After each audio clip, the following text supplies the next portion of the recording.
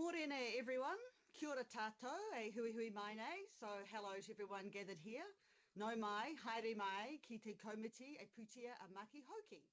Welcome to our Finance and Performance Committee. Ngā mihi kia kā koe I te witi o te reo Māori. Greetings to you this Māori Language Week. Look, today I want to use as much te reo as I can, and I challenge you all to do the same. This is obviously how we learn and how we can keep language alive. Everyone can contribute to Te Reo Māori revitalisation, and as governors, I believe we should commit to this journey in recognition of our commitment to the treaty and tangata whenua. Kia kaha Te Reo Māori, may our language be strong. Kia kaha Aotearoa, may our country be strong. Kia ora Aotearoa, may our people be well. I'd like to acknowledge my Māori colleagues around the table, Councillor Hills, and in his absence, Councillor Filipaina. I'd also like to acknowledge our IMSB members and the mana you bring with you to this table. Tēnā koutou te aku rangatira, greetings my respected friends. I'd now like to pass over to IMSB member Blair for an opportunity to speak to acknowledge Māori Language Week. Member Blair. Tēnā koe I te kaikaunihira e Desley. Nau I tīmata tō tātou nei hui I rungi te reo Māori, me tō kaha, mo te reo e Desley tēnā koe. Huri atu ki a koutou, ngā kaikaunihira tēnei, te wiki o te reo Māori, tēnei, te whakanui o te reo Māori. I ngā tau oki muri e tata nei te mate o te reo Māori, heoi, I kohi mai I ngā waitohu o ngā rangatira I au wā. I te tau, kotahi mano, iwarau, whititukau mārua, te tau, rātau, ko hikoi, ki te whakaorangia, tātou nei reo mai ngā kohanga, mai ngā kāinga, mai ngā marae, puta atu ki te motu, nō reira, me maumahara tonu I ngā wā katoa. He pauri hoki tēnei kōrero I te mea ka mate te tihi rangatira matua Bobby Hawke. Moi mai rā e te rangatira, o Ngāti Whātua ki o rākei, I roti I tō kāinga. Me ngā tini roi mata ka heke ki wahora ngā ua, he tohu aroha tērā, mōu, e takoto nei, e matua Bobby, huri ki a koe, o mātou whakaaro, o mātou aroha ki a koe, e te whānau pani, te whānau Bobby Hawke, moi mai rā, moi mai rā, moi mai rā. Ka huri. Kia ora Desley, thank you for the opportunity to open I te reo. It is so awesome to hear you speak te reo, and all the other councillors that are open to learning with open hearts and open minds. This is the week to celebrate Te Reo Māori, 1972, a group of young warriors that were wanting to save Te Reo Māori presented actual signatures down to Parliament in order to petition for funding and to support the language. It was dying at that time in the 1970s, and through their actions, we can now today see many awesome pathways for Māori, whether it's kohanga reo, kura kaupapa Māori, or whare wānanga. So I want to acknowledge you all, councillors, and take up the challenge to learn more te reo every day. I spend 20 minutes every day studying te reo, every day. So if you can pick up even 10 minutes of learning new words, I encourage you. It's also a sad day for me. The tears from the rangi nui are crying outside for one of our great chiefs of Ngāti Whātua who has just passed away last night. Bobby Hawke, who was a leading figure, a leading kaumātua, not only for Ngāti Whātua ki Ōrākei, but indeed for Auckland Council. He was a rangatira and a descendant of Chief Apihai Te Kawo, who gifted 3,000 acres of Auckland to Governor Hobson to build the CBD. He's a proud descendant of that great chief, and then a further 8,000 acres of his lands were for the further expansion of Auckland, and indeed Auckland is built upon that great gift of Apihai Te Kawo. And Matua Bobby was a great example of him. He's a proud chief in his own right, having restored our marae and built papakainga homes and lived here on Kitimoana Street, perhaps one of the most famous streets of Ōrākei community. And he is a leading speaker on our paipai of eloquent speech makers, and he was often at the front opening the speeches with his kind heart and his loving words. He took his place on Ngāti Whātua Ōrākei Trust Board. He was part of our treaty settlement team, and he was an iconic figure for our people. A devout Christian who led all of our spiritual leadership at Ōrākei, and he was there every funeral for our people to lead the bereaved families in our tribe, for those that had lost their loved ones. He will be sorely missed by Ngāti Whātua and indeed by Auckland Council, as he worked on many of you councillors and with our Matarai team. He was there for the citizenship ceremonies to welcome in new Aucklanders to our beautiful city. He was a true gentleman, a giver to many people who he touched. He will be cared for by his tipene funeral homes and look after him until we can bring him back to Ōrākei to have a proper tangihanga funeral at our paramount whare tupuna of Tāmaki Tumutumu Whenua. So moi mai rā, Uncle Matua Bobby, and can I ask for just a moments of silence to remember Matua Bobby Hawke? Absolutely. A minute's silence, please, everyone.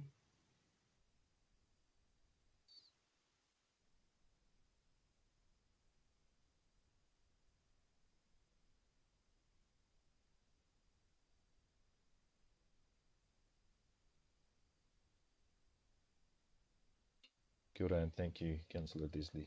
Ke a koe. Kia ora, thank you, Member Blair, and I will ask for a formal acknowledgement in the minutes for Bobby. I know our hearts and minds and thoughts go out to all of you in Ngāti Whātua on that sad passing. I now move to apologies, and I've had an apology for lateness from His Worship the Mayor and an apology for lateness from Councillor Filipaina, both on council business, and a potential apology for early departure from Councillor Cashmore. Are there any other apologies?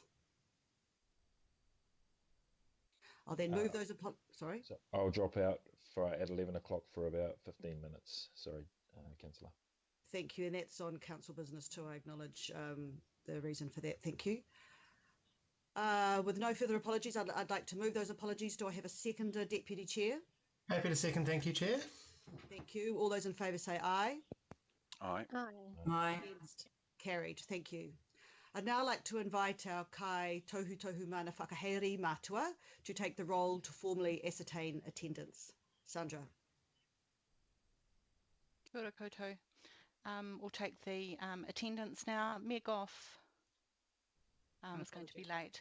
Councillor Cashmore. Present. Councillor Bartley. Kia ora. IMSB Member Blair. Aye. Councillor Casey. Morena, Sandra. Councillor Collins. Kia ora Sandra and kia ora Chair. Councillor Combe. Ke koneo. Thank you. Councillor Cooper. Kia ora mai tātou katoa. Councillor Dalton. Morena. Councillor Darby. Councillor Filipaina is late. Councillor Fletcher.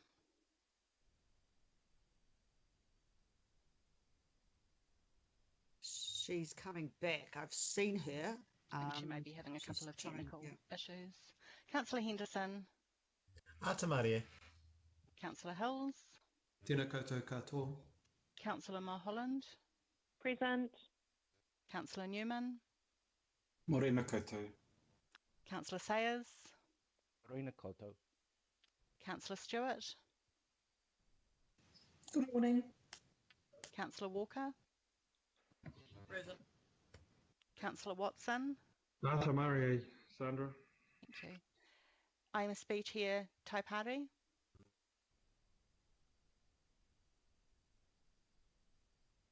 Councillor Young. Thank you, Madam Chair. Back to you. Thank you. Are there any declarations of interest? With none, I'll move over. Sandra, Madam Chair, could you just record that I am present? I've just been having Wi-Fi issues. Thanks. Yes, we did, Councillor. I'll call for declarations of interest. There being none, I'll move on to petitions. I have received none. I have received no request for public input or local board input. I have received no extraordinary items. So with that, we move on to our first main agenda item, which is the Development Contributions Policy Consultation, and I'll first hand over to our Chief Financial Officer, Peter, to open the item. Thank you, Peter. Thank you, Chair Simpson, and thank you for the promotion. Tēnā koutou katoa. I wanted to start this session with some key themes and observations which I hope set a useful context for the more detailed material that follows. So to start, development contributions is one method which Council uses to fund growth across Auckland. Development contributions is at its essence about cost recovery and only to the extent allowed for under legislation. The proposal for consultation that staff have developed for your consideration looks to better reflect the cost of growth driven by developments over time. And by recovering costs at the right level, it also means that ratepayers pay no more than they should and new developments can have the right levels of service at the right time. House price impacts is always a key question in this space, and as indicated by the theory and evidence, these changes will not impact house prices. The changes proposed have differential impacts and will be received and responded to quite differently. In particular, the reduced contributions are spread across the entire ratepayer base, whereas the increased cost recovery applies to developments. As such, I expect developers and landowners to be very interested in this policy and its recommendations. And to be explicit, the better reflection of development-driven costs decreases the cost recovery contribution made by general ratepayers and increases that for developers. As the impact for general ratepayers is less visible to them on an individual basis, they are unlikely to be as engaged in this debate. But that does not make the consideration of the impact on this silent majority any less important. I will pass to Ross and the team now to cover these points and indeed many others. We will take questions as usual at natural break points. Ross, over to you. Thank you, Peter. Thank you. Kia ora koutou. Andrew will step through a presentation shortly, setting out the proposed policy change and all its impacts and implications. Just before he does, I just want to reflect on one aspect, that's sort of the context around Drury. So as I'm sure you're all aware that this, part of what's proposed here is some significant increases for the contributions for Drury. I just want to kind of reflect that the reason behind that is we're talking about a significant increase in infrastructure plan for Drury. So the significant increase in contributions directly follows on from significant increase in planned infrastructure investment. As Andrew will outline, Drury is predicted to grow from a predominantly rural area to a city the size of Napier, about 22,000 houses when it's fully built out over the next 30 years. So if you think about moving from a rural area to something that's a city the size of Napier, that requires a huge amount of new infrastructure. Think about all of the roads, footpaths, parks, public facilities, public toilets, community centres, libraries, etc. It's a huge amount of infrastructure, and that is the driver behind what you're going to hear about today. That isn't something that's sort of just emerged now. There has been a significant amount of work that's gone to scope and cost the infrastructure for Drury, particularly in the transport infrastructure requirements part. And that's been led by the Supporting Growth Alliance, partnership with Auckland Council, Auckland Transport and Mohoku Tahi. They've been working away at the transport infrastructure requirements for about the last 5 years. So in particular, a couple of years ago, July 2019, the Supporting Growth Alliance released a scheme, a strategic view of what is the transport network for the Southern Growth Area, including Drury. So it does show significant infrastructure required, and that isn't something that's kind of been hidden away. That has been shared publicly, and there's been extensive engagement with landowners and developers. So the idea that there's a whole lot of extra infrastructure required for Drury is not new information. It's been well socialised. What is new here with this policy is just how should those costs be shared? And as Peter said, there's some considerations there around rates versus developers and a whole bunch of considerations, and Andrew will work through those things. I did just want to touch on, we are talking about future estimates of future costs.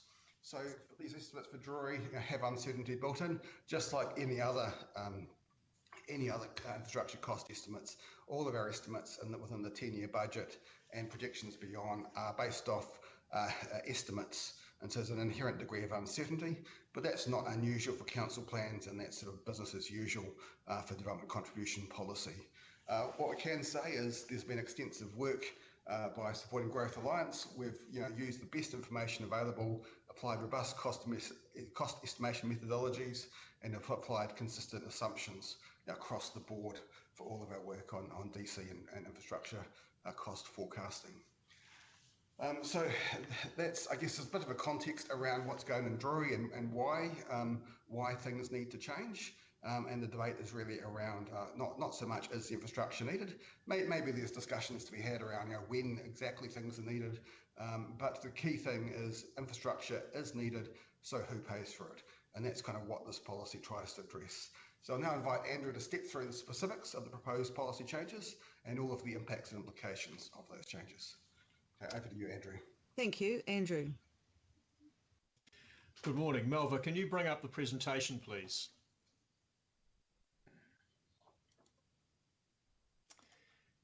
And the first slide.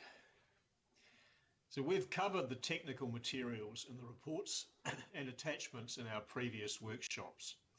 And today's presentation focuses on the key long-term infrastructure issues driven by the cumulative impact of growth. We propose these are addressed by signalling our intention to make these investments when we have the financing capacity to do so, and by adding these to our contributions policy now to ensure early developers pay a fair and appropriate share of the cost. The proposed changes will be of great interest to developers and landowners in the affected areas, particularly Drury. We expect them to actively engage in the decision-making process directly and with their elected representatives. We will also have a look to engage more widely to ensure the wider community is also involved in this discussion. Next slide, please. So Auckland is still forecasting substantial population and dwelling growth in the next 10 years and beyond. And supporting this growth will require major investment in infrastructure. Rates and funding from Waka Kotahi for transport provide a substantial proportion of this investment. We're using development contributions to fund the growth share. If we don't seek a fair share of the costs from developers, the alternatives are higher rates and more demands on government in the future, and taxpayers therefore, or new communities with lower service levels than the rest of the city enjoys. Next slide. When we think about development, when the first development takes place, its demands on infrastructure aren't as great. But as neighbouring areas build up and we get a fully built out community, the cumulative impacts of growth on the need for infrastructure accumulate. And this is why we have a substantial investment when we're thinking about the fully built out community. Now, early developers benefit from this investment and equally drive the need for infrastructure. Now, our financing constraints and other issues limit our ability to deliver all the investment required this decade. Now, our current policy only looks ahead 10 years. We need to look further ahead, and we're proposing to include all the cumulative investment requirements that we're going to need in our new policy. Next slide.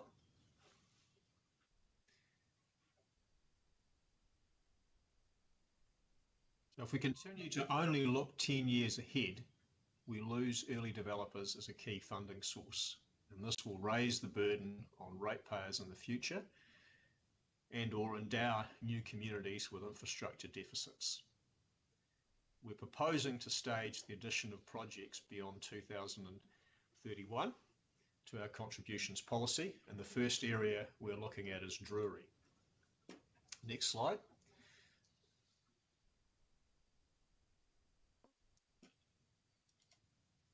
And as Ross said, Drury is planned to have the capacity for 22,000 houses. That's effectively the city the same size as Napier, a population of over 60,000. Next slide. To provide for that significant development over the next 30 years, major investments required. Now, this is $2.5 billion from the council for transport, parks and community infrastructure, but it's on top of significant Crown investment, particularly in rail and major highways. At present, our plans include $400 million of council investment within the 10 years of the recovery budget, and this is in transport and parks. Chunk of that we're predicting to be forecasting funded by Waka Kotahi contributions, a small amount for ratepayers, and a substantial component from developers as they're the primary beneficiaries of this investment. If we're looking beyond 2031, there's another $2 billion of investment required, with contributions from the Crown, big increase in the amount coming from the ratepayer, and a substantial amount from developers, reflecting the demand they're placing on our need to invest and the benefits that they'll receive from that investment.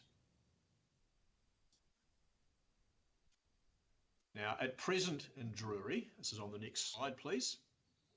At present in Drury, the new Drury Opahiki funding area we've established covers a couple of existing funding areas where the current prices are 11,000 to 18,000 per household equivalent unit. And a big chunk of that is regional charges and sub-regional charges. When we add the local investment required that we're committed to within the recovery budget, that brings the price to 34,000. If we look at the investment that will be required to support the full build out, the growth over 30 years, then it comes up to 84,900.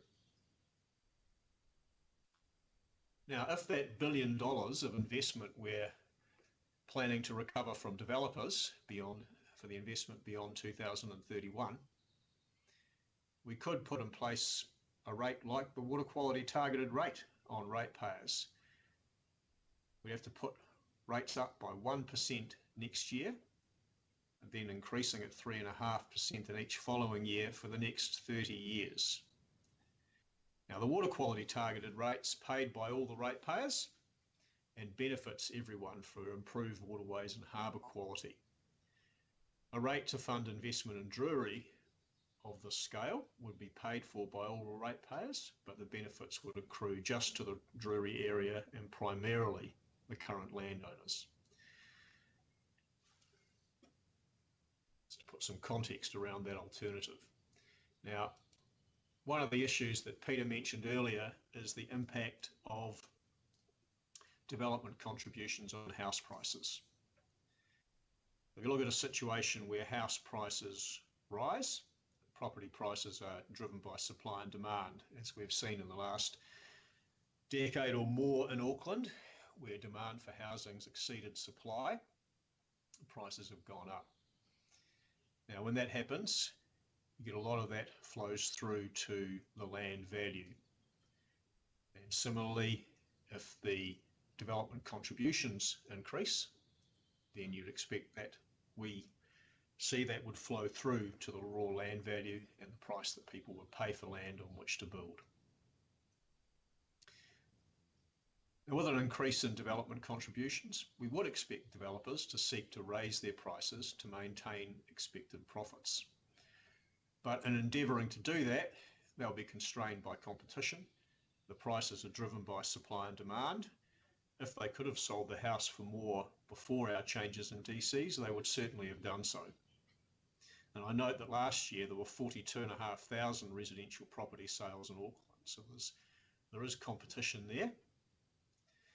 And theory and international evidence suggests that the impact of changes and development contributions will be reflected in raw land value. In talking of house prices and raw land value, if we look at the Franklin district and the price movements recently in that area, gone up quite substantially, like they have for the rest of New Zealand. I'd note that most of the land in Drury, according to our data, 90% by value and area, hasn't changed hands since before 2019 in the most recent price rises. Next slide, please. Now this is a major change in price for Drury, reflecting the change in the Council's commitment and recognition of the investment that's going to be required to support development in the area. I note that in Hamilton, they've raised the price in Rotakari in recent years to reflect the investment required in that area to allow growth to occur. So why are we wanting so much infrastructure?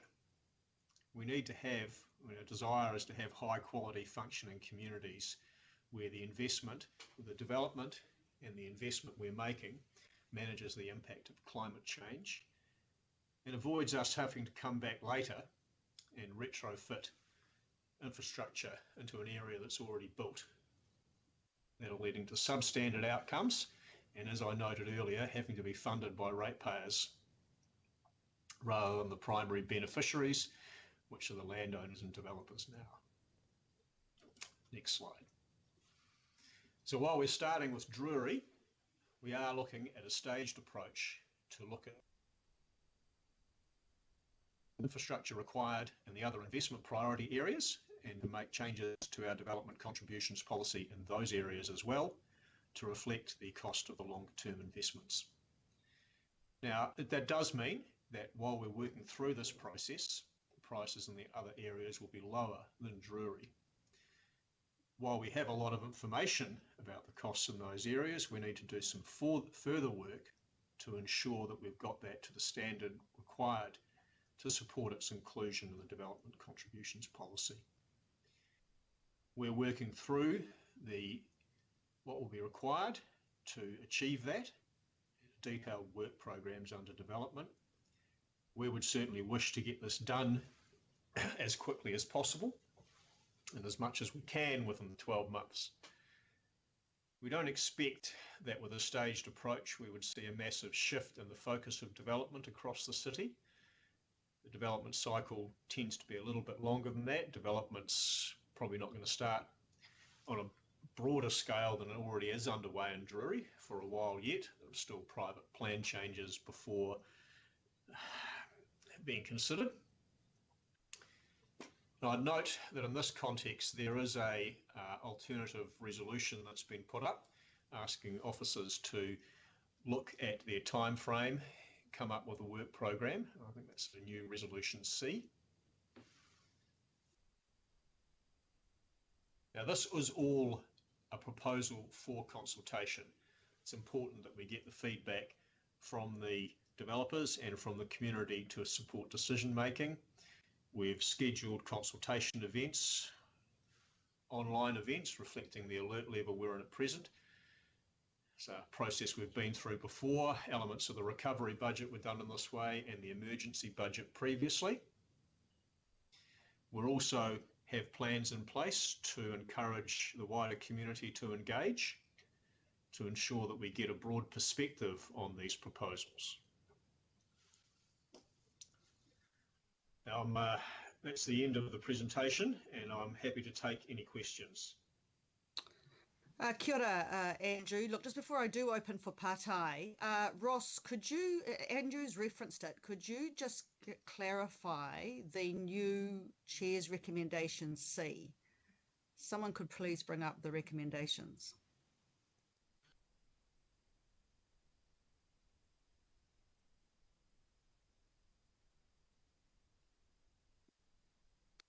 Are you there, Ross? Yep, I can see that now. So recommendation, before we get to C, if we just talk about recommendation B, what that is doing, as Andrew has suggested, you know, we need to focus on rolling out higher DC charges, looking beyond 30 years where we've got the right information. The threshold to be able to proceed with DC price changes is quite a high threshold legally. We've got to have some quite robust information, understand cost to a certain level of detail, and understand, in particular, the allocation, how much of it is renewals, how much of it benefits growth versus service level improvements, and how much benefits existing development that's already occurred versus future development. So there's a high bar in terms of we've got to have the right information. It's taken quite some time, and it's been a couple of years to sort of get to the point with Drury, but we're there now. We were hoping to have some information about the northwest around about this time. It may come in the next month or two. It might take a little bit longer. So what we're proposing in recommendation B is to kind of work through the other priority areas, priority growth areas that were identified in the 10-year budget. So that was Drury, the Northwest, the Auckland Housing Program, and the CRL stations. That was kind of agreed through the LTP. Those were the key areas that we'd focus our efforts on, both in terms of infrastructure planning and then the investment. So we're looking to work through those things. And B, we didn't make any sort of references to timeframes. That is a bit challenging. Andrew's referenced in his presentation a target of 12 months. We think that is probably achievable, but some of the stuff does require a bit of money. Some of the transport modelling in particular can be expensive, and we could be talking about, you know, some significant costs there. There's also some things that we're relying on parties beyond our control, particularly the Auckland Housing Program. A lot of the work has been done by Kaunga and through a partnership venture, and then there's government policy decisions as well that might affect the funding and financing of that area. So there might be some things that happen from external organisations outside of our control. So we think it should be possible to complete those 4 areas, Drury and then the 3 others, within the 12 months period. But what we're kind of committing to is sort of best efforts. We'll do what we can, and if we do need to put more resources into it, if we need to seek more money or we need to reprioritise other spend, then we'd come back to the committee in due course, give you an update on how we're progressing, and talk through any of those kind of resourcing implications. So we're kind of saying we can't 100% commit to within 12 months, but we think we can do it. We can do our best efforts, and we'll do it as much as is practical. And if there's resourcing constraints, we'll come back and talk to you about those and find a way through. Ka pai, thank you for that, Ross. Look, before I open to questions, I should move and get a seconder. I've had a request from Deputy Mayor and Councillor Darby. Councillor Cashmore, do you want to move and Councillor Darby second? Happy to do so, Chair. Yeah, happy with that, Madam Chair, thank you. Thank you. So we have that. Now I'll open to Pātai. My first I have is from you, Councillor Cashmore, in advance. Is that a good time for you now, or do you want to hold for a bit later? No, that's fine. And I'll have some comments later as well, Madam Chair. Okay. So thank you to you, Desley, for C, because I think a lot of people were seeing this as something that's going to be done to Drury. And, 660% increase was pretty hard to take. So my first question was going to be around that, and that's been covered off. So my second question is Andrew, and thank you for your work and our conversations this week. Andrew's been much appreciated, and over the workshop times as well. So I've been expressing concerns around this proposal right from the start, but I'm getting to a more comfortable place now. So developers are seriously questioning the costs that the new DCs are based around, and especially the land costs. Will the consultation be the place for the developers and staff to come to a more joined up position and understanding around the actual costs and the forecast future costs? That's the first question. Right, in response to that question, the approach that's taken to forecasting the costs is the same looking beyond the 10 years as within the 10 years in regard to land prices. I'll ask Bridget from the Development Program Office to add a little bit to that. Bridget. Sure, morning everybody. So clearly quite a large component of transport costs is land price, and land price changes over time, particularly in areas around areas like Drury when they are moving and evolving from rural through to urban. And obviously, as we saw in the chart that Andrew put up, the changes over time. So the work that's been done to understand the costs has involved a lot of work as part of the supported growth designation work, and they've actually gone out and got external analysis and external advice on what the land costs are at this point in time, and put estimates in based on that. And then we have escalated those costs at normal escalation rates to take into account that we're not actually going to be putting this work in until beyond the 2031 period. So extensive work has been done to both understand what the land costs are now, and those have been what are incorporated into our assumptions, and also for the actual costs of the projects, really working through the scope of what should be involved in those projects, both at final build out and during the time of actually building the pieces of work, because you need land over that time, and using assumptions and using basis of things like the Wakakatahi standard assumptions to make sure that we're actually putting assumptions in that are relevant and work with best practice based on the knowledge that we currently have. Thank you, Bridget. And this is a proposal for consultation that will allow us to take feedback from the developers. And I'd note that Ross identified that we are looking quite a long way ahead, and we're able to adjust our policy over time as plans and costs change, also through consultation. And we're able to update it as we get better information. And indeed, if costs were to come down markedly, and we've already charged people, we're able to provide refunds, and we keep good records to enable us to do that. Bill, further questions? Further part Just one more, Madam Chair, if I may, then I'll have a comment, please, later. So Drury, due to its sheer scale, like it is Napier, 60,000+ people, is one of the largest developments this country's ever seen. And it is unusual to take developments beyond the 10-year time frame because of accuracy reasons. Doing so is actually more than doubling the price of the development contributions for the Drury area. We have other areas that also got long time frames, some of them in that spatial priority areas and some not, and some yet to come, such as potentially the light rail corridors. What projects other than Drury do we currently have that are in the over 10-year category to be expanded upon? And which ones of those are in the spatial priority areas? So the investment priority areas have been identified in the recovery budget, and that's where investment's been focused that was available within that time period. Looking beyond 10 years, and our proposal as to where we'd stage taking this approach, i.e. looking out over a much longer time horizon to the investment required. So the investment priority areas included in this advice are the Auckland Housing Program, Mangere, Mount Roskill, Oranga, Northcote and Tamaki, Drury and the Northwest, and looking at, in the Northwest case, at Red Hills, Westgate and Whenuapai, and the CRL stations at Karangahape Road and Mount Eden.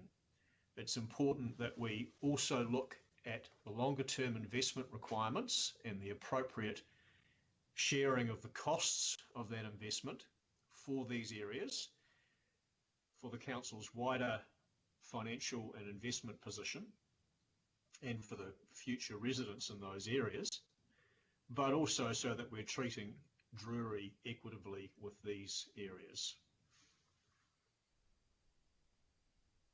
Thanks, Andrew. Thank you. Thank you, Andrew. Thank you, Deputy Mayor. Councillor Darby, did you have a question or just a comment?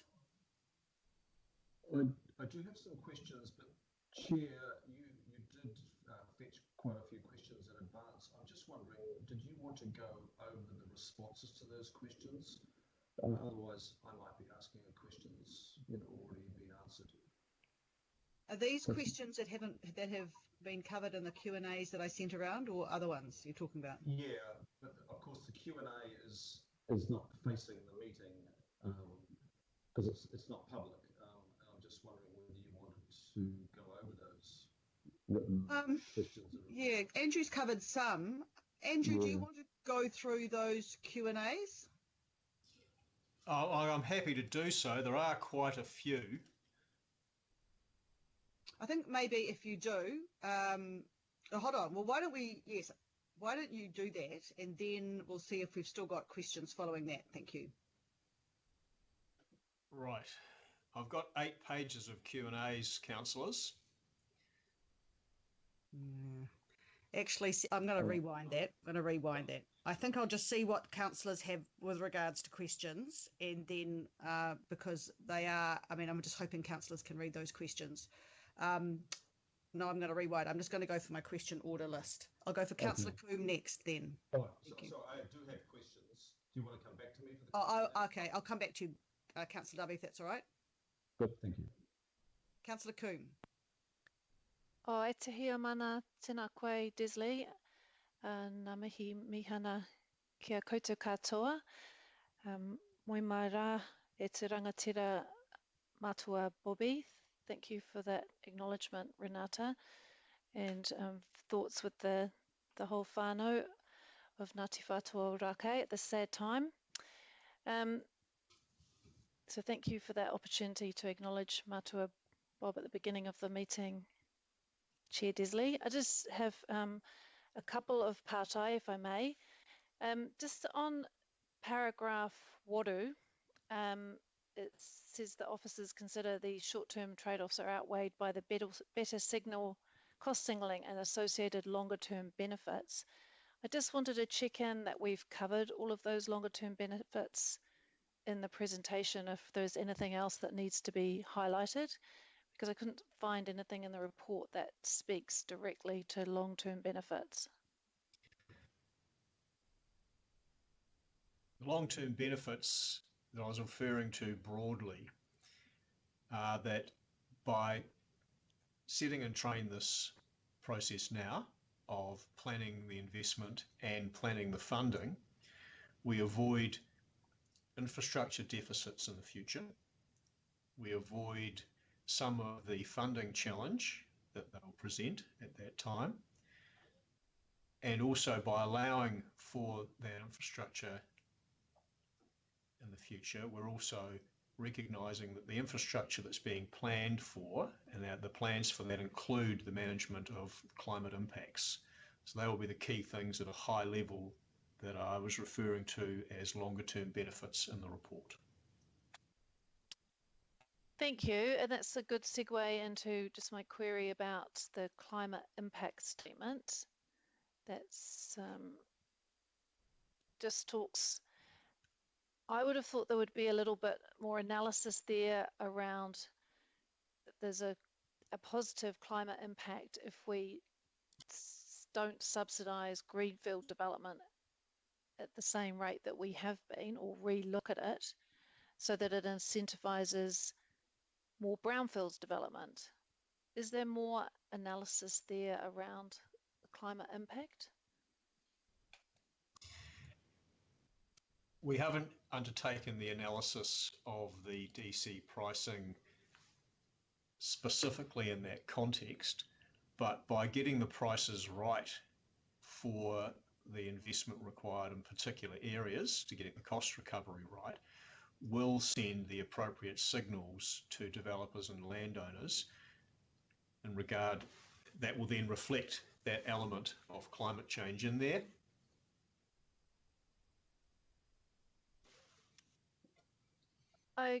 Okay, kia ora, thank you. I do feel it's kind of there's a bit of a gap missing around. There's some analysis missing that it would have been good to have seen in that climate impact statement. And again, it's not about the recommendations of the report being neutral, because the decision making we're making is putting on us on a certain path if we make these decisions and go out for consultation and then they're implemented. So the Chief Economist's Office notes to me that getting the infrastructure cost of greenfield development right means that we don't subsidise development that triggers greater climate costs, and therefore we're not incentivising that development relative to development in other areas. And that's a key element in this space, Councillor. Okay, thank you, kia ora, and I don't have any petu kororo. Thank you, Desley. I'm happy to support the recommendations.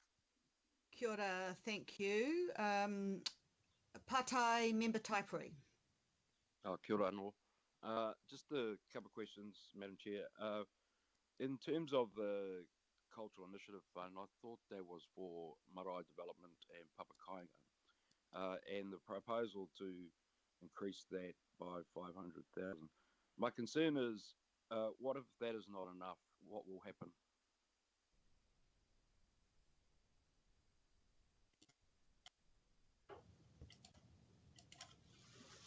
So our proposal, we've identified that At the moment, the Cultural Initiative Fund funds development contributions and some other costs for the development that you referred to, Member Taiperi.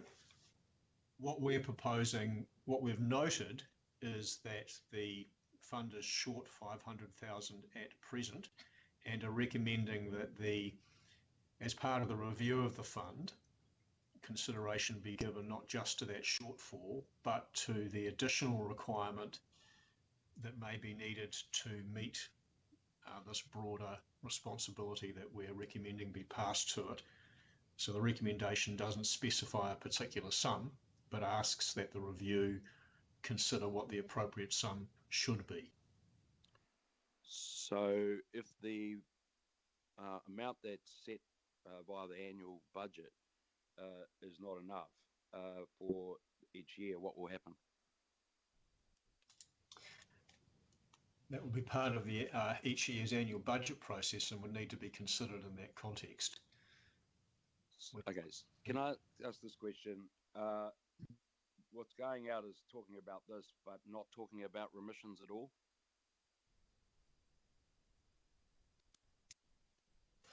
The materials that go out for consultation, the proposal is to recommend, as laid out in the resolutions here and in the report, but the discussion in our consultation materials does identify that remissions are an option, and this is for consultation, and therefore the council can consider the community's feedback on that proposal and on both options when it makes its final decision.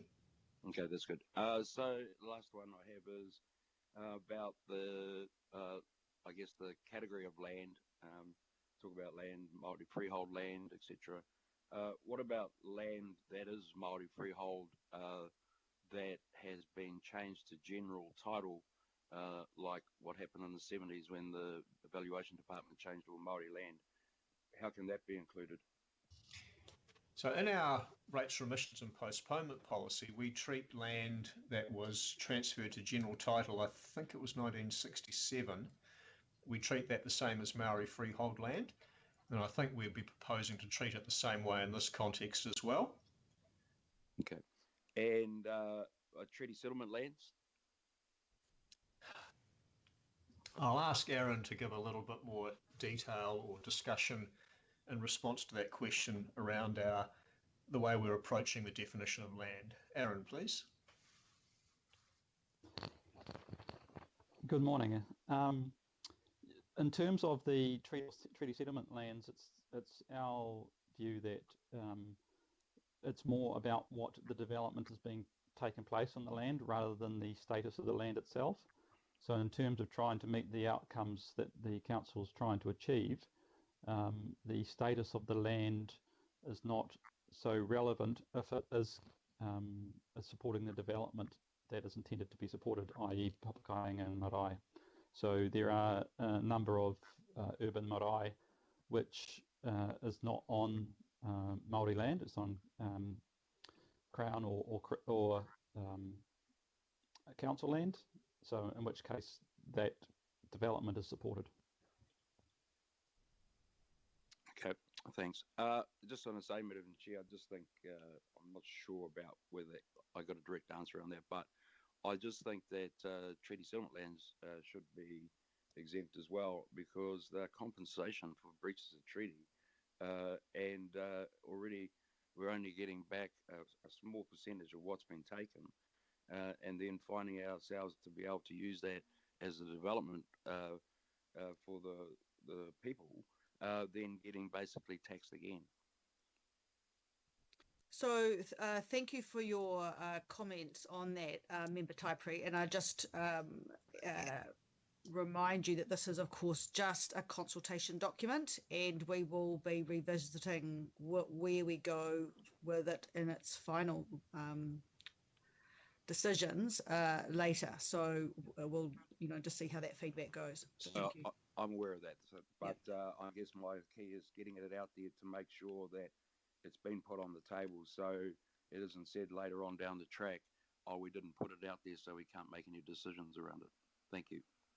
It's definitely included in our consultation materials, and in the detailed attachment explores these issues quite a lot, and that means that when the feedback comes in, the council's got the full scope of decisions still in front of it. And as Aaron was saying, the recommendations we've got here, and particularly in regard to the Cultural Initiatives Fund, are broad in terms of the land to which they can apply. All good, Member Taipuri? Thank you. Thank you. Ka pai. Patai, Councillor Walker. I'll have a follow-up to Councillor Coombe, and if I use the example of Drury as it goes to meeting the costs of climate change, particular concern is that I believe that the cost of development in Drury is going to go up dramatically over time because it's effectively development in a floodplain. And if the full consequences of that have not been adequately factored in at this point in time, if in another year or 2 years' time, as those consequences become obvious, can the development contribution for that area be revisited because it may need to be higher? And similarly for other areas where it's essential that developers pay for the cost of development in areas, frankly, that maybe shouldn't be developed. We're able to make adjustments with further consultation over time as more information becomes available. So if the circumstances Councillor Walker referred to were to arise, we have the option to go back and consider it again. Okay, and the related question I've got just around the charging. You mentioned that this new charging regime doesn't kick in until 2022. That's next year. Is it primarily focused on just Drury at this point, or will there be increases in development contributions across the balance of Auckland? So the policy proposal at this point includes updates for our investment plans and forecasts of growth across all of Auckland for development contributions in all areas. On average, that sees a small reduction in the price. That's a weighted average. We're only looking at this stage to include projects beyond 10 years for Drury. So there is, as we've noted, a major price increase in the Drury area that we've discussed today. For the other investment priority areas, we're proposing to investigate the long-term investment required and the implications that has for DC price, and endeavour to come back to you with changes for those areas and getting that implemented within the next 12 months, as noted in resolutions B and C. And just a further question relative to those areas. Does that include areas that would be in the catchment of light rail proposed areas? At this stage, the proposals are focused on the Auckland Housing Programme areas and the CRL stations. As noted in the report, we haven't looked at the light rail areas yet, but that's certainly something that if there was to be other in-council investments required in those areas, that we would need to look at and advise you on as well. A further question around additional areas. Are we also looking at additional areas that are encompassed by the National Policy Statement on Urban Development as it goes to intensification? I understand that there is some work that my colleagues will be looking at in that space. In regard to the DC policy, at this point, we're focusing our staging on the investment priority areas in the report. I would think that once we've completed that work, we could then look to see whether where and what areas and when we should be addressing those broader issues that you identified. So they should be We should have them in our minds, as you've suggested, but we're recommending we do this work first for the investment priority areas, complete that, and then consider what our next step should be. So, in respect of our consultation and what we are going out with, are we going to be forecasting these additional areas so we're upfront around what people can expect? The consultation will identify which areas we're going to look at next, although we won't be saying what the prices might be, as we wish to complete the work before we do that. And certainly once we've done that work, we would then consult again on any proposals. Thank you, Councillor. Final question, I think. Final partai, Councillor Darby. Thanks, Chair. Hopefully the audio is a bit better now. Appreciate this. Thanks for your work and that of officers and Councillor Cashmore working up the amendment. We were crossing over on a few words last night, but just going to that amendment on the C, Chair and Andrew, would it be of value to identify what are effectively those investment priority areas, which are the same as the spatial priority areas, which is Inner Northwest Growth Area, CRL Mount Eden, Karangahape, Manukau Regeneration, and the Auckland Housing Program of Roskill, Tāmaki, Māngere, Northcote, and Oranga. Because I asked that, Chair, because Councillor Cashmore makes a really good point that this is more than just about Drury, but we're not quite clearly signalling where it is that our next area of focus is. So is there value in identifying those areas? That's my question. First question.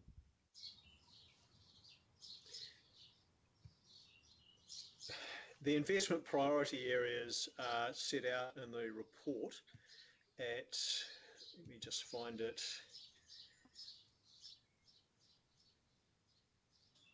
at paragraph 21. They could be copied into the resolution, but the resolution refers to the recovery budget, and it's the same list that appears in the recovery budget. Okay, look, we can make a mountain in wordsmithing this. If you're satisfied that it's enough, then let's live with that. And I too also tend to agree that we need to identify the MPSUD response upon completion of that work and the light rail route if the government progress and confirm that route and we build on that. Look, second question is probably maybe it's one for the economist really. If the current DCs for Drury, they're about 18,300 now, proposed to go to 84,900, and there's a development potential of say 22,000 homes in the Drury area. Right across Auckland there are 550,000 homes approximately. If we don't increase the Drury DCs, what is the additional cost that all the other ratepayers of Auckland, what is the cost that they would incur approximately? So we're having looked at the growth share of the investments required by the council in the Drury area beyond 2031, that's $1 billion. And in order to fund that from the ratepayers across the rest of Auckland, we would need to introduce a new rate next year, or raise rates by an additional 1% next year, increasing at the 3.5% for the general rate for the next 30 years. And that doesn't include the 400 million already in the committed to invest in the next 10 years. That's phenomenal. Thank you. And just a question, there's been some comment from the development community about the impact this would have on so-called housing prices. Do not property developers, do they not sell market properties at the maximum price possible anyway? I've never heard of a property developer being as benevolent as providing discounts, do not property developers market and sell where possible at the maximum price that the market will bear at any one time? Certainly that's what we expect a developer would do in endeavouring to maximise the returns for their shareholders. And lastly, last question, Chair. This is the first time, and this has come out of inquiry that I made and others made in some of our workshops about looking beyond the 10-year budget period, and we finally are. And we're going a bit beyond that, but we're not going well beyond it. We're by no means looking at strategies we have in place like the Auckland Plan 2050, development strategy contained within. So my question to you, Andrew, is why not look even further and reference the 30-year development strategies and price that in accordingly? In a sense, looking beyond 2031 starts to integrate our development contributions policy with our infrastructure strategy and our longer term plans and intentions for the growing areas of Auckland. And by staging, reviewing the other investment priority areas, we're then broadening that out from Drury and treating other areas in the same way. Okay, thanks for those. And Chair, I'll make some comment when you're ready. Thank you, Councillor. Final part, I think I thought it was you, but I think I have now another one from Councillor Sayers. Councillor Sayers, over to you. Thank you very much, Madam Chair. Just really picking up on Councillor Darby's line of questioning there around house prices, just confirming, so are we saying that the advice we're receiving is that increasing development costs will not disincentivize any development in Drury? Yes, that is, well, this is not a perfectly competitive market. We would expect there to be some consideration given by the developers to the impact of this, but house prices are driven by supply and demand, and I'll ask Shane Martin, our acting chief economist, to provide some illumination of that point for you. Shane. Yes, good morning, everyone. The question, I think, was around, and correct me if I misheard, if this would discourage, excuse me, discourage development from taking place in Drury. Is that correct? Yes, that's correct, Shane. Okay. So look, I think it's an issue of there may be some of that takes place whenever we see costs go up, whether it be because of supply chain issues or things like that it puts pressure on development, and so we might expect to see a little bit of that. What I would say, though, as Andrew alluded to earlier, is that much of this land was purchased years and years and years ago. We've seen a largely unexpected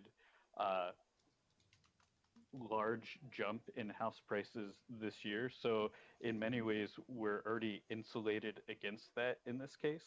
But of course, anything that makes development in an area less attractive would, in this case, because of an increased cost, discourage development in that place. But I think that's where it's important in that proposal C that's showing on the screen right now, that this is not only happening in Drury. This would be the intention to get the prices right across the region.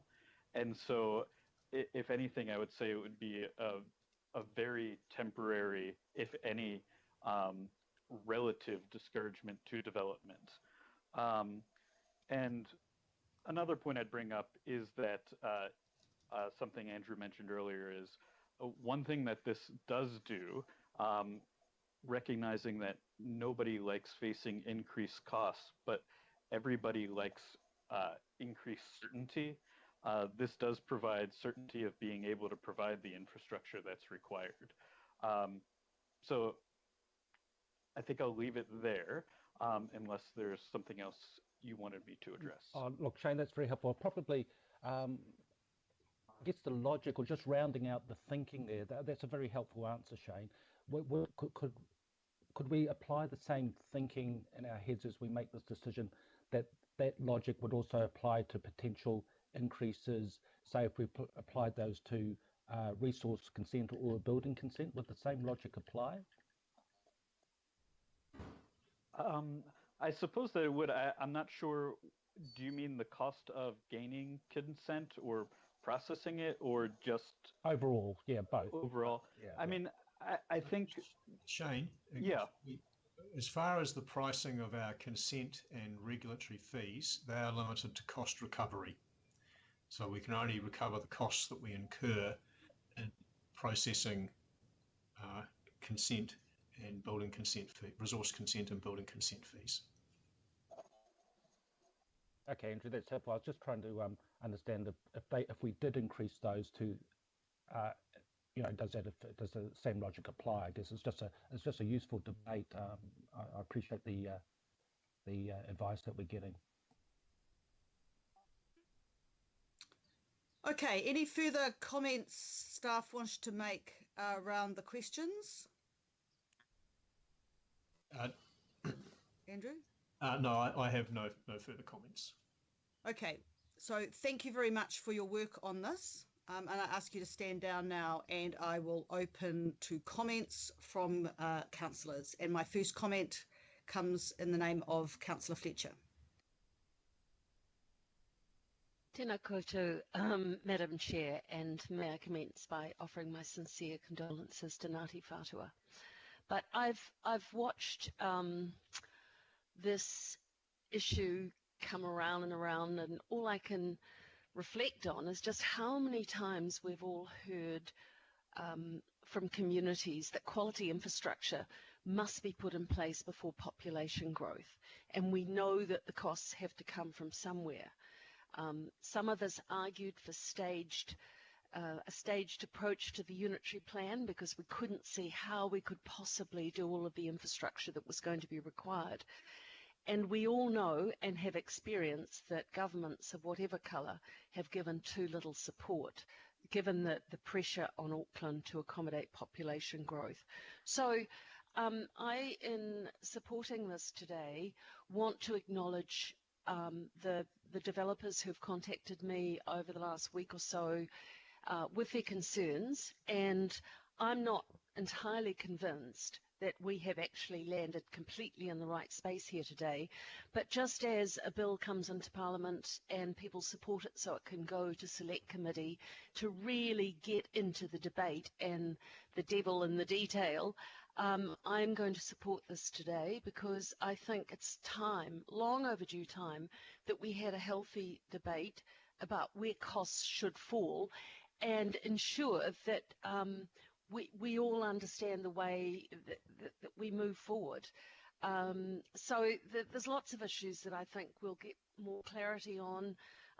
May I say that to you and to the staff, I think that the paper that you circulated for members, I think I got it this morning, but it's very clear, and I commend you for doing that. But there'll be lots of discussion around payment timing and whether DCs can be deferred, whether it is going to, even with the comments that have come from officers today, but whether or not it will have an impact on house prices and what kind of capital contribution, the methodology in and around the expenses. And I think we also need to be thinking pretty hard in light of what we're seeing at the moment with escalating costs.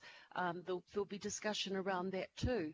I feel that Councillor Coombs was quite interesting in her questions about whether this will incentivise more greenfield as opposed to brownfield development. I think it's going to be a really, really healthy debate. So on the basis that I don't know that it's perfect yet, but I want to support the debate, and therefore I am very happy to support the recommendations that have been put to us today. Thank you.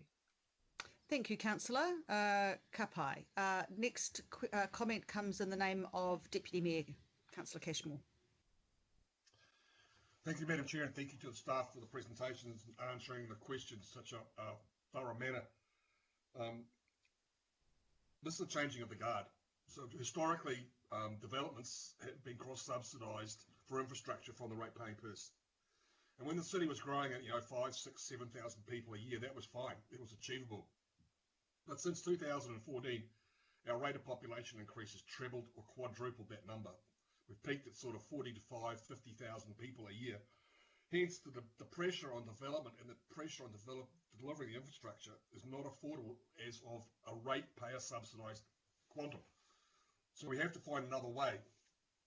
And although I was not going to support this today, I understand the only way to actually force this discussion is to put the numbers out there and to make everyone clearly understand that the infrastructure costs are very, very real. And it's not just Drury. Drury's, it's over the 5 billion mark plus, but so is Tamaki, so is Mount Roskill, so is Red Hills, and all of the other spatial priority areas.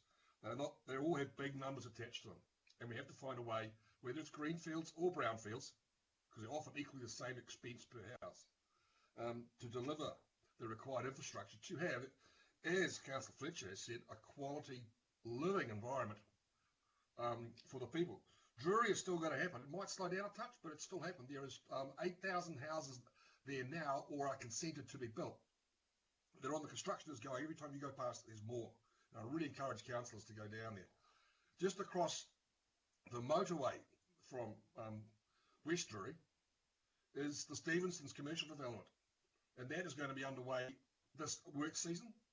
And there's estimation is going to be 4,000 jobs creation there in the next 1 or 2 years, and with another 4,000 or 5,000 in the forthcoming years. So it's all starting to really rank together for Drury. So I understand why it's first came off the ramp, because it's the most knowledge around what is required and when. And I really recognise Ian Clovis for the work he's done in prioritising in specific lists, and I've got them all, what is required and in what 5-year period, and what is the rough order costings. And that's critical to have for certainty, because certainty for the developers is probably the most important part for them to be able to get finance to present and push forward their businesses and their growth agendas for additional either housing or commercial development. So, Madam Chair, I will support this, and I've either moved or seconded it, I believe.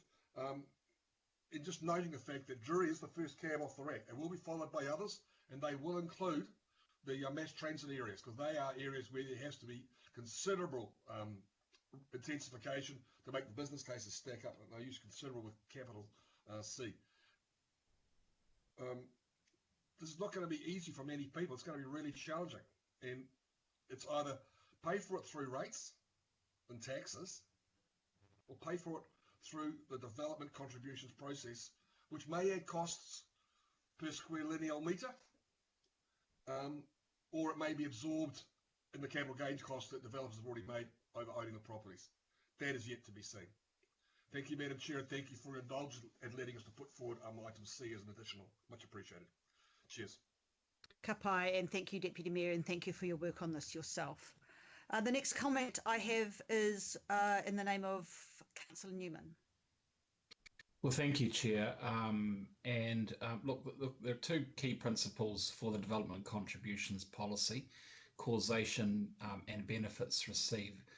From my perspective, I think the change in Drury is binary, and the cause triggering the need for infrastructure and the benefits of the new infrastructure need to be loaded onto current landowners.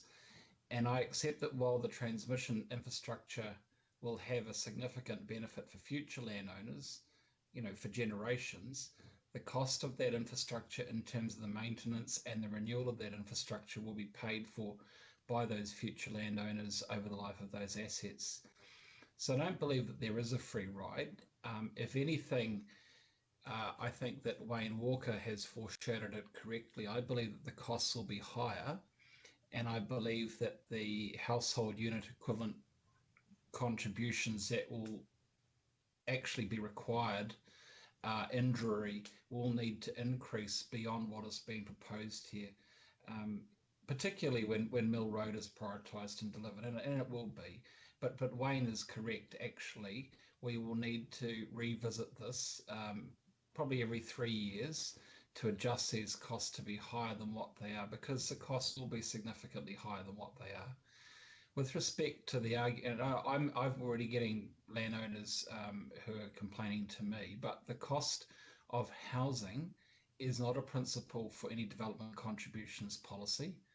And I make the point that if land is more expensive, it provides a commercial incentive for a landowner in that market to fully capitalise their land, which will mean more expensive housing. But in reality, Chair, we all know that maximising commercial yield is a natural behaviour in a property market, and it will happen regardless. So, I mean, I think that Councillor Darby was bang on the money there. I'm more sympathetic to the need for infrastructure and maintenance of the existing infrastructure, all which comes at a significant price. Chair, if I do have one concern, it's with respect to the consultation, because I would imagine this could be the subject of a judicial review, although I do note that, and Andrew's quoted the changes at Rotorua, Hamilton City's policy was recently challenged, but the policy was upheld by Justice Galt.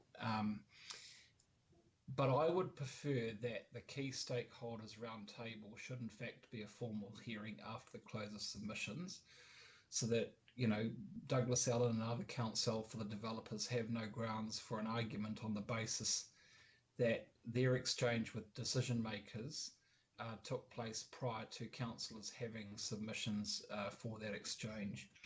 So, and I don't think that we should be so proud of our have your say and so welded to our no hearings policy. So out of an abundance of caution, I would ask that the officers give further consideration to a further tweak to the consultation process. I will vote for all the recommendations, but I think that with respect to G, we need to give more thought to possibly, instead of having the key stakeholders event prior to the lodgement of submissions, that we actually have a formal hearing once the submissions have been received, and that we sit down with them all at that point so that we can go through their submissions at that point and have that exchange. Because I just want to be as watertight as we can be, and I'm sure that they'll be looking at the consultation process as a matter for consideration when considering their legal position. Thank you. Thank you, Councillor. We'll consider your suggestion and get legal advice on that. So thank you. Next comment is in the name of Councillor Darby. Thanks, Chair. Good comments there. Oh, well, look, thank you. It's been a long haul to get here. There's a long haul ahead of us. But look, the question before us today really is essentially one of what is fair and what is equitable. And it's just 18 months ago, Chair, we had a drought staring at us, and we started to interrogate Watercare's charging regime. And we discovered then that their infrastructure growth charges were underpricing the cost of growth to developers. They were only collecting at, I think at that stage, it was 70%. So 30% of the cost was actually being paid for by other water users right across Auckland. And the developers were benefiting from the 30% being paid by others. We intervened, and we recommended to Watercare that they adjust things to move towards full recovery, and they are now at 85% and growing towards 100%. So today, we're looking at a fair share of costs for development right across Auckland, commencing with Drury, where we have a really good evidence base to date, but we've got more than Drury to do, hence the C emphasis, the amendment at C. And we talk a lot about fairness and equity at Auckland Council. It's central to our Auckland Plan 2050 outlook. And the proposed DC policy reflects just that. It's the right thing to do. And I would have to say we have to stop underpricing the growth charges attributable to development and to developers, and overpricing the cost of development to those who do not benefit. That is, all the other ratepayers of Auckland outside the areas of benefit. We've done that for years and decades, and Auckland ratepayers have largely, unknowingly, been subsidising development, private development, where the benefits are ring-fenced. And the costs have been socialised right across Auckland, but the profits have been privatised, and there is no fairness in that. To suggest we might not do this and land all those other ratepayers with an additional 1% on their rates, that is an absolute no-goer. In the instance of Drury, the developers have already received multi-million-dollar windfall benefits from the $2.7 billion New Zealand upgrade program for the South area. Now that's been essentially funded by government through taxation, not the National Land Transport Fund. You could say that 40% of that taxation already comes from Aucklanders, so Auckland taxpayers have already contributed handsomely to the infrastructure of Drury. I expect we'll hear more from the government as they start to review how the National Land Transport Fund is reviewed to ensure that there is sustainable funding going forward. And that was signalled just a week or 10 days ago by the Minister of Transport. And I would urge the government to start looking at how to claw back from those developers who benefit from the multi-billion-dollar transport investment that government makes right across the nation, not just Auckland. But this is not just about Drury, and it's not just about greenfields, it's about all the spatial priority areas. They're all under the scope. So too is the Kainga Ora land holdings. And in the next tranche, after looking at our spatial priority areas, we'll look at the areas affected by the National Policy Statement urban development responses, possibly a light rail corridor, and then all the other areas of Auckland. We have a duty to do that right across Auckland. Chair, I do want to make a small comment on the question of treaty settlement lands and whether they should be immune from development contributions. And this is in response to Member Taipari. Chair, I am a strong supporter of seeing these treaty settlement lands developed, but these treaty settlement lands were transferred into the ownership of various iwi for financial redress purposes, financial redress for past injustices. Those settlements are full and final redress by the Crown.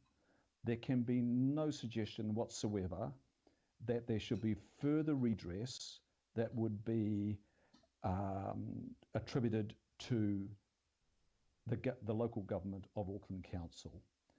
I'm firmly of that view, but I am firmly of the view that we should be looking at remission for papakainga through some kind of remissions program as suggested in this paper. So this is, Madam Chair, this is a just way to approach charging for development. It's just and equitable, finally. But now I'd like to hand it over to the people of Auckland and hear their feedback and give us some guidance on the next steps. Thank you, Chair.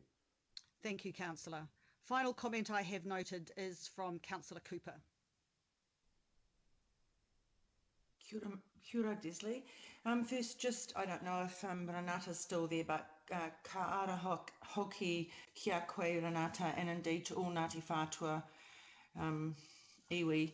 I guess I wanted to just actually reflect some of what Councillor Darby has said, but if you look at the layers over the last 10 years since amalgamation that have been layered upon in development, we've had the unitary plan, SHAs, COVID fast track consenting, NPSUD, and it goes on. And so those were levels of infrastructure and immigration at the time that we were never envisaged. And so we've been playing catch up for a very long time.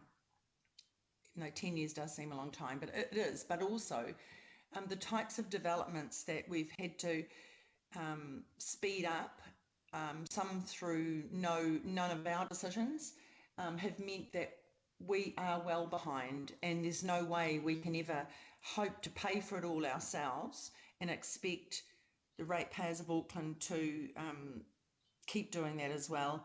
That they'll still be doing some of that, but I think we have to take this conversation out to the developers, out to the public, to make sure people do understand the full ramifications of this.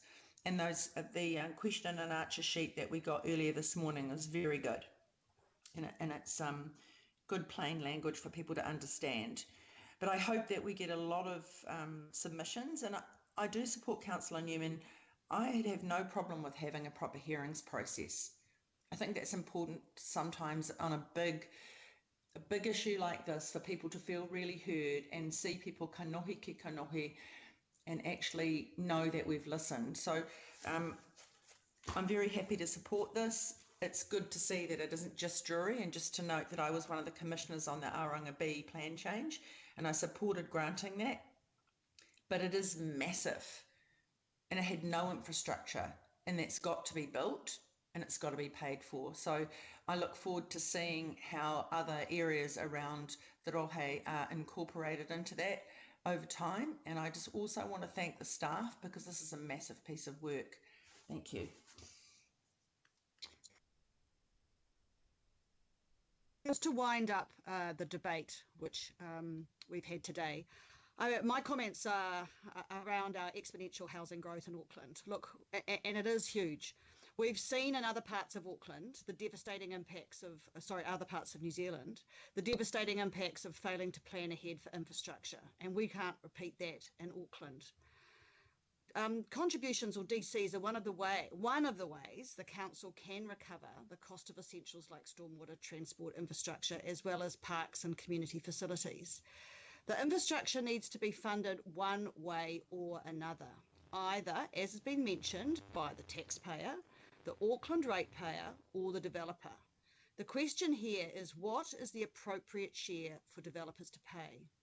I urge you all to have an open mind around this. This is going out for consultation, but it is not a consultation just for developers. It is a consultation for all Aucklanders, because it's about who pays.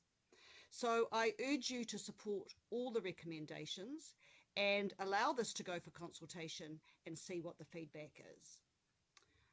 Thank you. It's been moved by Councillor Cashmore, seconded by Councillor Darby. I will now take it to the vote. All those in favour say aye. Aye. Aye. Aye. Against? I'll take that as carried unanimously. Thank you.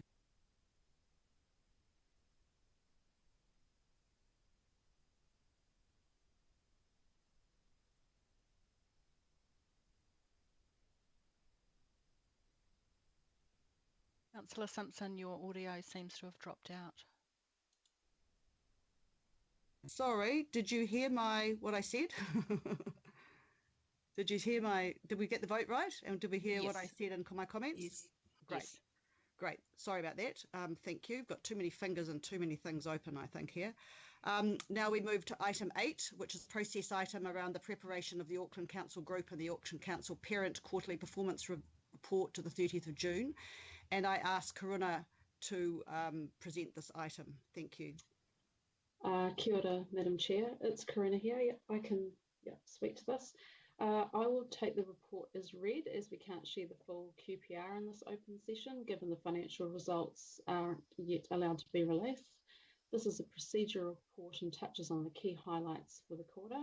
The more detailed part of the presentation in the report forms part of the confidential item later in the agenda, where Ross and Nicola will present. Thank you. Thank you for that. I am happy to move this. Do I have a second, Deputy Chair? Absolutely, Chair. Thanks. Thank you. Any questions? Any comments? I'll move it to the vote then. All those in favour say aye. Sorry. Aye.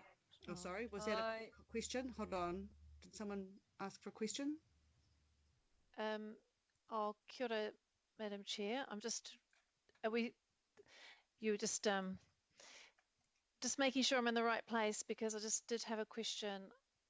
This is not content, Councillor Coombe. It is process. Your question. Okay, I think. Process. No, I think my question is on item 9. So I will hold my horses. Sorry about that. No worries. Councillor Simpson, question from IMSB member Blair. No, I think it's content later. Is that correct, member Blair?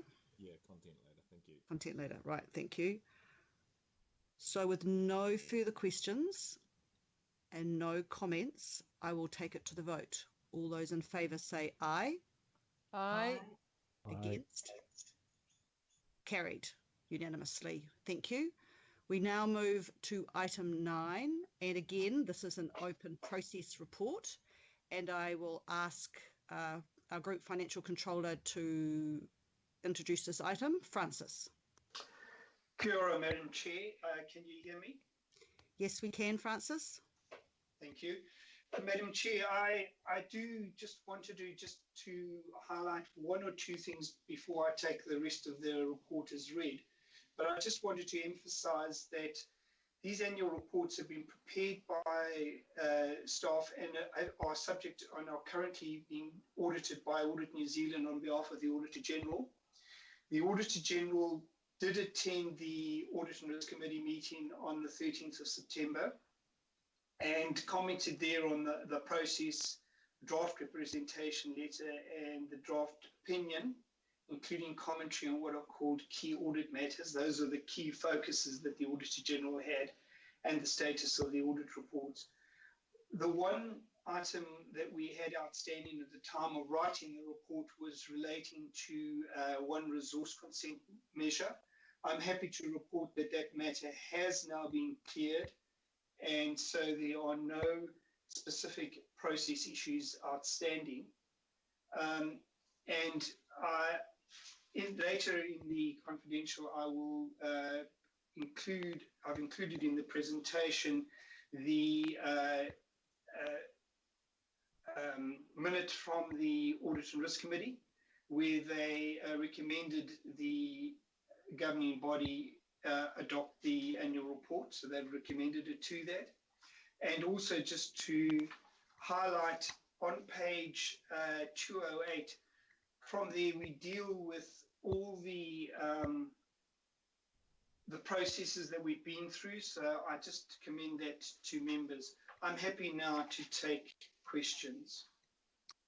Right, questions on the process around this? I have received none. Comments on the process around this? I have received none. I will then take it to the vote. Sorry, I've got to move it, don't I? I will move it. Deputy Chair, will you second this? Yes, thanks, Chair. Thank you. I will now take this to the vote. All those in favour say aye. Aye. Aye. Against? I'll take that as carried unanimously. Thank you. We now move into consideration of extraordinary business, and there is none under item 10. So now we go to item 11, and this is a procedural motion to exclude the public, noting that the next part of our agenda contains information that may not be released to the public until it is released to the NZX on the 28th of September. I will move this. Do I have a seconder? Happy to second. Who was that, please? Sorry, Fletcher. Councillor Fletcher, thank you. Moved by myself, seconded by Councillor Fletcher.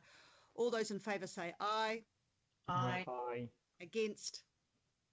Carried unanimously. We'll now have a 5-minute break, and I'll ask you to sign off from this meeting and rejoin our confidential meeting at, let me give it 10 minutes, 11:45. Thank you.